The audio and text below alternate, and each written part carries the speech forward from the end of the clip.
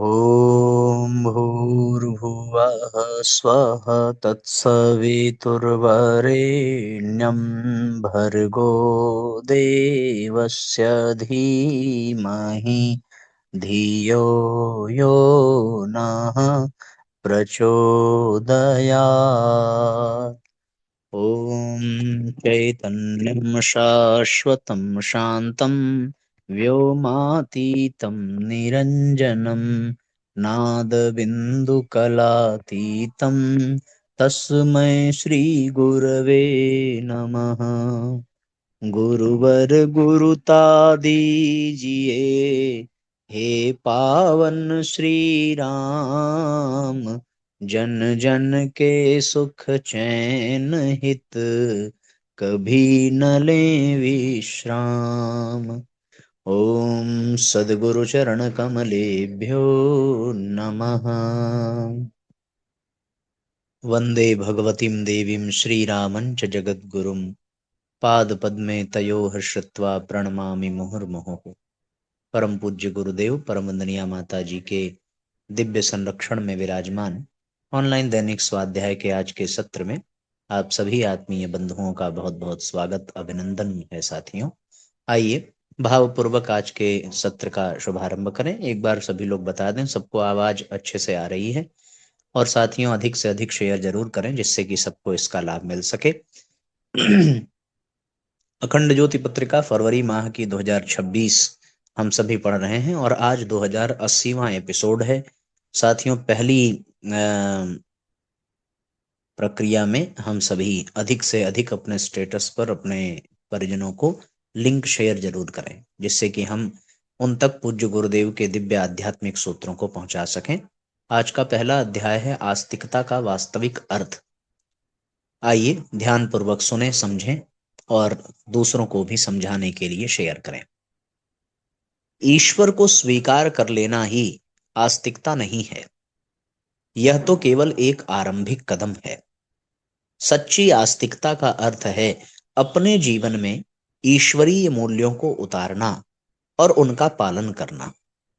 सत्य, प्रेम, न्याय, सेवा, करुणा, शांति, सहिष्णुता और आत्मनियंत्रण जैसे गुणों को जीवन में अपनाना ही आस्तिकता का मूल स्वरूप है।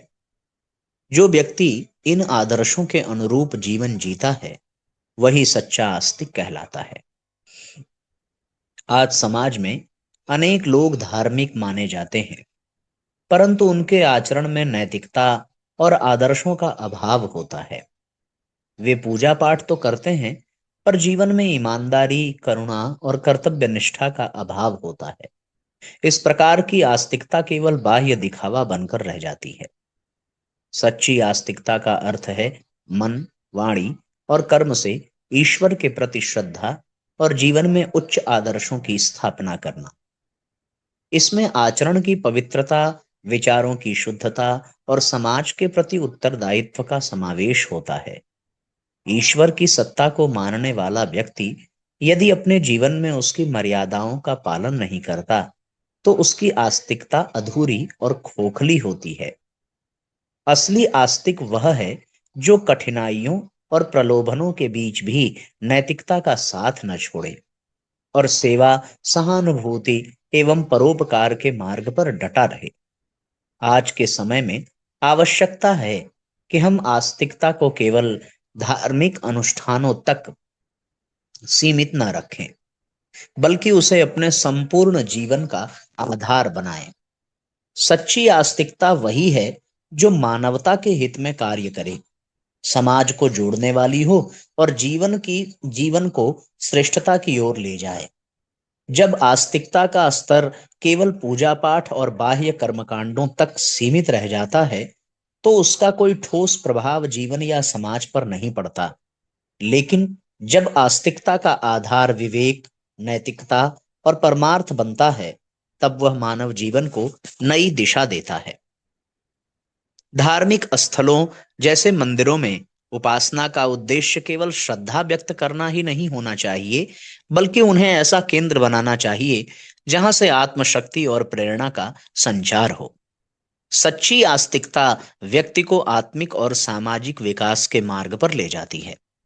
इसे केवल ईश्वर में विश्वास तक सीमित न रखा जाए, बल्कि जीवन में उन सिद्धांतों को लागू करना भी आवश्यक है जो ईश्वर की सत्ता के अनुरूप हों। साधना केवल मनन या मंत्र जाप नहीं है, बल्कि यह जीवन के हर कर्म में ईश्वर की चेतना को अनुभव करने का अभ्यास है। जब आस्तिकता जीवन की हर गतिविधि में झलकती है, जैसे घर में शांति, कार्यस्थल पर ईमानदारी, समाज में सेवा और देश के लिए उत्तरदायित्व, तब वह सार्थक होती है। आज के समय में धर्म को अक्सर अंधविश्वास और कर्मकांडों से जोड़कर देखा जाता है, जबकि इसका वास्तविक स्वरूप जीवन की गुणवत्ता सुधारने वाला होना चाहिए। सच्चा धर्म वह है जो मनुष्य को भीतर से शुद्ध और बाहर से सक्रिय बनाए। सामाजिक क्षेत्र में आस्तिकता की भूमिका बहुत महत्वपूर्ण है। वह समाज के लिए नैतिक मानदंड, सहयोग की भावना और दूसरों के प्रति करुणा विकसित करती है। यदि आस्तिकता केवल व्यक्ति की मुक्ति तक सीमित रह जाए, तो वह अधूरी है। उसे समाज को जोड़ने और सशक्त बनाने की प्रक्रिया में भी भाग लेना चाहिए। ईश्वर का अनुभव केवल एकांत साधना से नहीं, बल्कि समाज में अपने कर्तव्यों का निर्वहन के माध्यम से भी होता है। जब व्यक्ति दूसरों के दुख में भागीदार बनता है और उनके जीवन को बेहतर बनाने के लिए प्रयास करता है, तभी वह सच्चा आस्तिक कहलाता है। आज की दुनिया में जहां भौतिकता और स्वार्थ की प्रधानता है, वहां सच्ची आस्तिकता की अत्यधिक आवश्यकता है, जो मनुष्य को भीतर से दृढ़, सहृदय और कर्तव्यनिष्ठ बनाए। यदि किसी राष्ट्र की संस्कृति, सभ्यता और धर्म में आस्तिकता का सच्चा स्वरूप नहीं होता, तो वहां केवल कर्मकांडों का बोलबाला रह जाता है। इसलिए पूजा पाठ और धार्मिक अनुष्ठानों के साथ साथ उनके पीछे छिपे नैतिक और सामाजिक आदर्शों को समझना और जीवन में उतारना जरूरी है। मंदिर या अन्य उपासना स्थल केवल श्रद्धा प्रदर्शन के केंद्र नहीं होने चाहिए। वहां का वातावरण इतना प्रेरणादायक हो कि मनुष्य के भीतर सद्भाव, समर्पण और सेवा की भावना जागे। हर धार्मिक कर्मकांड का उद्देश्य अंतःकरण की शुद्धि और समाज के प्रति कर्तव्य बोध होना चाहिए। प्रार्थना, भजन या संकीर्तन तभी प्रभावशाली हैं जब वे हृदय की गहराइयों से निकलें और व्यक्तित्व को श्रेष्ठ बनाने का माध्यम बने। यदि इनका मकसद केवल रटने, दिखावे या भीड़ जुटाने तक सीमित है, तो वे केवल औपचारिकता बनकर रह जाते हैं। एक सच्चे आस्तिक को हर दिन अपने व्यवहार में सत्य, करुणा अपने व्यवहार में सत्य, करुणा, संयम और उदारता का प्रदर्शन करना चाहिए।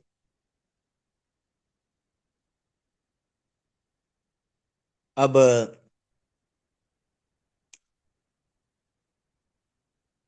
यह आस्तिकता का व्यवहारिक रूप है, जो पूजा की अपेक्षा कहीं अधिक प्रभावशाली होता है। जीवन के प्रत्येक क्षेत्र, व्यवसाय, परिवार, राजनीति, शिक्षा, सेवा में यह भाव परिलक्षित होना चाहिए।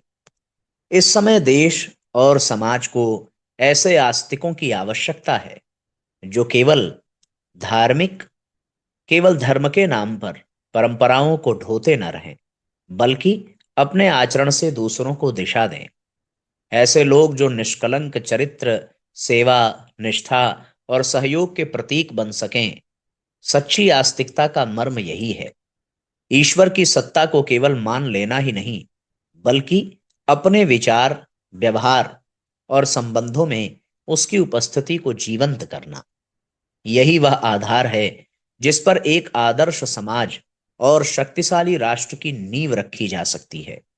समाज सेवा, परमार्थ, परिपक्वता और लोक मंगल के लिए समय, श्रम और साधनों का समर्पण करना ही आस्तिकता की सच्ची कसौटी है। यह केवल भावनाओं या विश्वास की बात नहीं, बल्कि आत्मविकास की एक ठोस प्रक्रिया है, जिसमें निरंतर अभ्यास और अनुशासन की आवश्यकता होती है। आस्तिकता का वास्तविक स्वरूप व्यक्ति के भीतर की स्वच्छता और सेवा भावना से प्रकट होता है। यदि किसी का मन निर्मल न हो, विचार शुद्ध न हो, व्यवहार में करुणा न हो, तो उसकी आस्तिकता सतही और अधूरी रह जाती है। केवल मंदिर जाना, पूजा करना या धार्मिक पहचान रखना पर्याप्त नहीं है, जब तक कि उसमें जीवन की श्रेष्ठता और समाज के कल्याण की भावना न हो।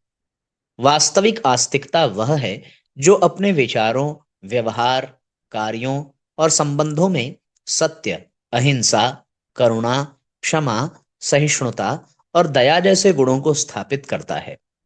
वह व्यक्ति दूसरों की सेवा को ईश्वर की सेवा मानता है और अपने जीवन को एक मिशन के रूप में देखता है।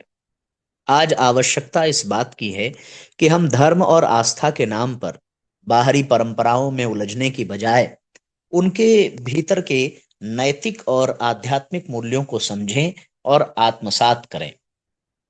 हमें अपने जीवन को श्रेष्ठ, शांतिपूर्ण और समाज उपयोगी बनाने की दिशा में आस्थावान बनना है। सच्ची आस्तिकता व्यक्ति को कर्तव्यनिष्ठ, जागरूक और समाज के प्रति उत्तरदायी बनाती है। यह केवल किसी एक धर्म या परंपरा तक सीमित नहीं होता।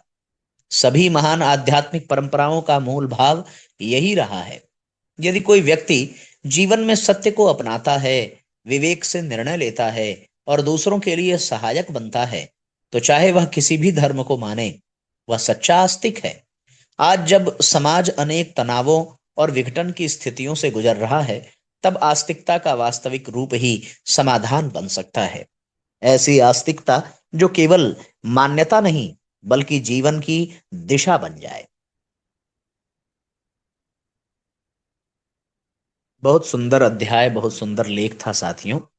इसे एक बार पुनः सुनना और पढ़ना चाहिए और इसके मर्म को समझने की आवश्यकता है। हम केवल ईश्वर को माने, यही आस्तिकता नहीं है, बल्कि ईश्वर के अनुशासन को माने, ईश्वर के बताए मार्ग पर चलने का प्रयास करें, अपने भीतर सद्गुण सत्प्रवृत्तियों को विकसित करें। सच्ची आस्तिकता यही है। हम समाज की सेवा करें, अपने पारिवारिक उत्तरदायित्वों को पूर्ण करें, परिवार में शांति और समाज में सभ्यता का संचार करें, अपने व्यक्तित्व का निर्माण करें। यही सच्ची आस्तिकता है। फिर हम किसी भी जाति, धर्म, पंथ, संप्रदाय, समुदाय के हों, वास्तव में हम आस्तिक ही कहे जाएंगे। एक संत से एक व्यक्ति ने पूछा कि महाराज, सदा सुखी रहने का क्या उपाय है? संत ने उत्तर देने के स्थान पर उसे एक छोटा सा कंकड़ दिया और उसे मुट्ठी में बंद करके अपने सिर के ऊपर उठाने को कहा। उस व्यक्ति ने संत के निर्देश का पालन किया। कंकड़ का वजन ज्यादा नहीं था। थोड़ी देर तो उस व्यक्ति को कोई कष्ट नहीं हुआ, पर ज्यादा देर तक हाथ ऊपर रखे रहने पर उसका हाथ दुखने लगा। तो संत ने उससे अपना हाथ नीचे कर लेने को कहा। संत उसे समझाते हुए बोले, वत्स, सदा सुखी रहने का यही मंत्र है। जीवन में उतार चढ़ाव आते रहते हैं, पर जो जीवन में समस्याएं हैं, वे चाहे इस कंकड़ की तरह छोटी ही क्यों न हो, उन्हें देर तक पकड़े रहने पर वो स्थायी दुख का कारण बन जाती हैं। इसलिए समस्याओं को छोड़ देने वाला ही सुखी है। साथियों, हम किसी को भी अ, अपने जीवन में इतना स्थान दे दें कि वो एकदम से जीवन का अभिन्न अंग बन जाए, तो निस्संदेह इसमें कष्ट और पीड़ा तो है ही। इसलिए इस पर ध्यान पूर्वक विचार यह करना चाहिए कि हम किसी भी समस्या को अपने भीतर ज्यादा महत्व न दें और उससे ऊपर उठने का प्रयास करें। अब दूसरा अध्याय है आज का, मनुष्य का वास्तविक वैभव है संस्कार। आइए इस पर चिंतन करें। यहां तक अगर किसी के मन में कोई जिज्ञासा हो तो आप सब अवश्य पूछेंगे, बताएंगे। सबको आवाज स्पष्ट आ रही है? किसी को कोई परेशानी हो, आप अवश्य पूछेंगे। दूसरा अध्याय, मनुष्य का वास्तविक वैभव है संस्कार। मनुष्य का वास्तविक वैभव उसके ज्ञान या पद में नहीं, बल्कि उसके संस्कारों में निहित है। ज्ञान किसी को बाहरी जगत का अधिकारी बना सकता है, किंतु संस्कार ही उसे भीतर से महान बनाते हैं। यही कारण है कि भारत की प्राचीन शिक्षा पद्धति केवल बौद्धिक विकास तक सीमित नहीं थी, बल्कि वह विद्यार्थियों के चारित्रिक उत्थान और नैतिक परिष्कार का भी साधन थी। प्राचीन भारत में शिक्षा का केंद्र गुरुकुल हुआ करते थे। वहां विद्यार्थी केवल गणित, व्याकरण, वेद वेदांग या अस्त्र शस्त्र चलाना ही नहीं सीखते थे, बल्कि सबसे पहले स्वनियंत्रण, अनुशासन और संयम का अभ्यास करते थे। गुरु का आचरण ही विद्यार्थियों के लिए जीवंत पाठ्य पुस्तक होता था। शिष्य उनके आचार विचार से प्रेरणा लेते और जीवन में उन मूल्यों को उतारते थे। यही कारण था कि प्राचीन भारत ने ऐसे आचार्य दिए जिन्होंने न केवल समाज बल्कि संपूर्ण मानवता को दिशा दी। मनुष्य का मन यदि असंयमित हो तो वह उसका सबसे बड़ा शत्रु सिद्ध होता है। मन में उठने वाली वासनाएं, इच्छाएं और विकार व्यक्ति को भटका देते हैं। इसी को रोकने के लिए शास्त्रों ने कहा है, मन एव मनुष्याणाम कारणम बंध मोक्षयोः, अर्थात मन ही मनुष्य के बंधन और मुक्ति का कारण है। यदि मन विकारों में फंस गया तो वह पतन का मार्ग प्रशस्त करेगा, और यदि साधना द्वारा शुद्ध कर लिया गया तो वही मुक्ति का द्वार बन जाएगा। आज की शिक्षा पद्धति का बड़ा संकट यही है कि वह केवल बुद्धि विकास पर केंद्रित हो गई है। अंक, डिग्री और प्रमाण पत्र जीवन की सफलता का पैमाना मान लिए गए हैं, परंतु यदि इस प्रक्रिया में मन और चरित्र का विकास न हो तो ऐसे शिक्षित लोग समाज में अराजकता ही फैलाते हैं। एक विद्वान यदि ईमानदार न हो तो उसका ज्ञान समाज के लिए खतरा बन सकता है। एक बुद्धिमान यदि चरित्रहीन हो तो उसकी प्रतिभा विध्वंस का साधन बन सकती है। एक शिक्षित यदि संवेदनहीन हो तो वह समाज को बांधने के बजाय तोड़ देगा। इसलिए शिक्षा का पहला लक्ष्य यह होना चाहिए कि विद्यार्थी सुसंस्कारी और आत्मानुशासित नागरिक बने। संस्कार मनुष्य को भीतर से मजबूत बनाते हैं। वे हमें यह सिखाते हैं कि जीवन का उद्देश्य केवल व्यक्तिगत सुख सुविधा जुटाना नहीं है, बल्कि समाज और मानवता के लिए योगदान देना है।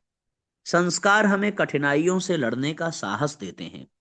वे हमें वाणी की मधुरता, व्यवहार की शालीनता और आचरण की पवित्रता सिखाते हैं। वे लोभ, ईर्ष्या और स्वार्थ जैसी नकारात्मक प्रवृत्तियों से बचाकर हमें सेवा, सहयोग और परोपकार की राह पर ले जाते हैं। जीवन में कठिनाइयां आना स्वाभाविक है, इन्हें टालना संभव नहीं, परंतु इन्हीं कठिनाइयों में यह परखा जाता है कि मनुष्य का मन कितना दृढ़ और संस्कारित है। आलस्य और प्रमाद मनुष्य को नीचे गिराते हैं, परिश्रम और आत्मसंयम उसे ऊपर उठाते हैं। स्वार्थ और छल जीवन को अंधकारमय करते हैं, त्याग और सेवा जीवन को दिव्य बना देते हैं। वास्तव में विपत्तियां ही वह कसौटी हैं जिस पर मनुष्य के संस्कार परखे जाते हैं। शास्त्रों और संतों ने बार बार यही शिक्षा दी है कि स्वयं को जितना ही सबसे बड़ी विजय है। वाणी मधुर हो, कर्म पवित्र हो और विचार उदात्त हो। धन संपत्ति क्षणभंगुर है, पर संस्कार अस्थाई है। यह सत्य है कि भौतिक प्रगति आवश्यक है, परंतु यदि उसके साथ आंतरिक संस्कार न हो तो वह प्रगति अधूरी और विनाशकारी सिद्ध होगी।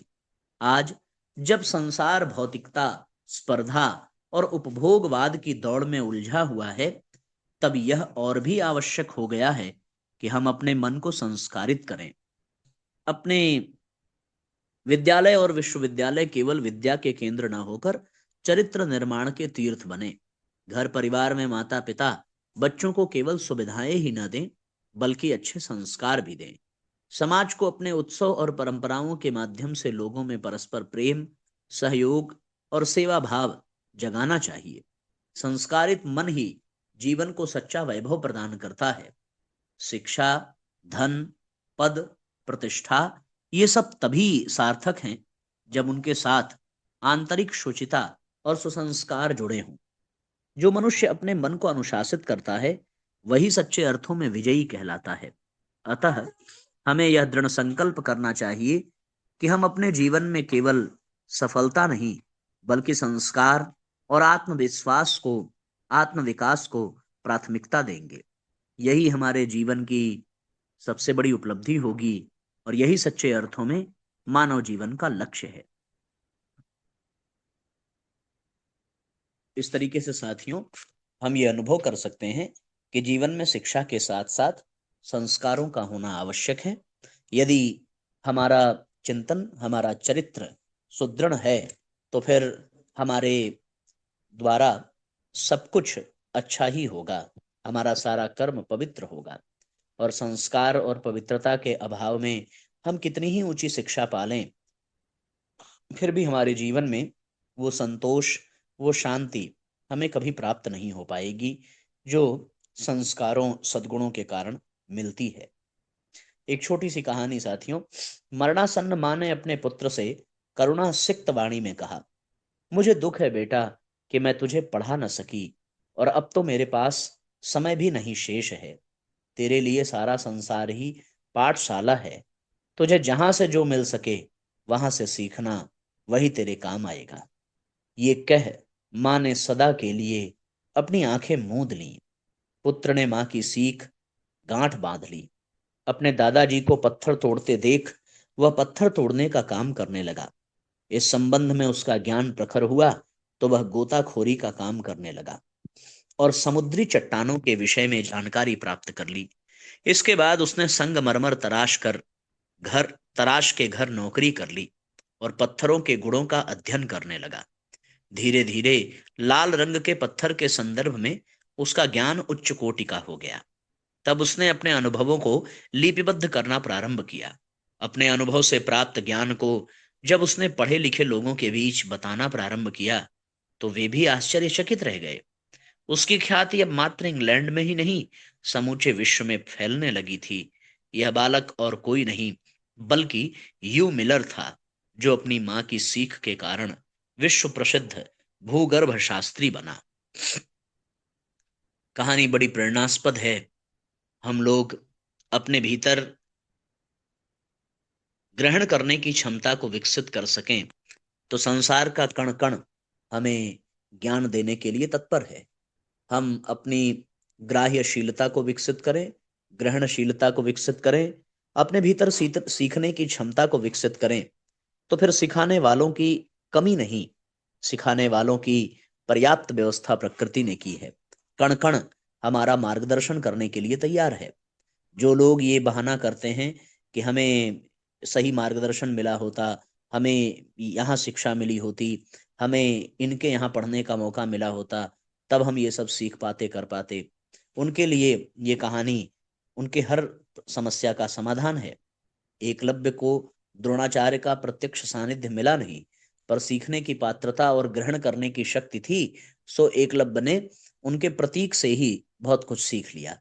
इसलिए साथियों, हम अपने भीतर शिष्यत्व को विकसित करें, हम अपने भीतर ग्रहणशीलता को विकसित करें, तो प्रकृति के कण-कण में हमें शिक्षा प्राप्त होगी, जैसे कि यू मिलर को हुआ। अब आइए आज के सत्र को हम लोग विश्राम देंगे। ये 2 अध्याय, जिसमें से पहला अध्याय था अपने जीवन को शानदार बनाने के संदर्भ में आस्तिकता का बड़ा अच्छा सूत्र हमें प्राप्त हुआ। उस आस्तिकता से जिसमें सद्गुण सत्प्रवृत्तियों के विकास की प्रेरणा है। और साथियों, एक छोटी सी कहानी भी हम लोगों ने पढ़ी थी कि जीवन की समस्याओं को पकड़ कर रखने से हम उलझते जाएंगे, उनको छोड़ देने में ही भलाई है। और फिर दूसरा अध्याय हम लोगों ने पढ़ा कि जीवन में शिक्षा ही नहीं, संस्कारों का भी होना आवश्यक है। संस्कारों के द्वारा ही सद्गुण सत्प्रवृत्तियां हमारे जीवन में बढ़ते हैं। और फिर ये यू मिलर की छोटी सी कहानी, जिसके द्वारा हम ये समझ पाते हैं कि यदि हम में सीखने की उत्कट अभिलाषा हो, तो हमें जर्रा जर्रा कण कण सिखाने के लिए तैयार है। आइए इसी भावना के साथ आज के सत्र को विराम दें। गायत्री मंत्र हमारे साथ साथ। ओम भूर्भुवः स्वः तत्सवितुर्वरेण्यं भर्गो देवस्य धीमहि धियो यो नः प्रचोदयात्। सभी आत्मीय बंधुओं को बहुत बहुत प्रणाम। सबका मंगल हो साथियों। जय राम जी की शुभ रात्रि।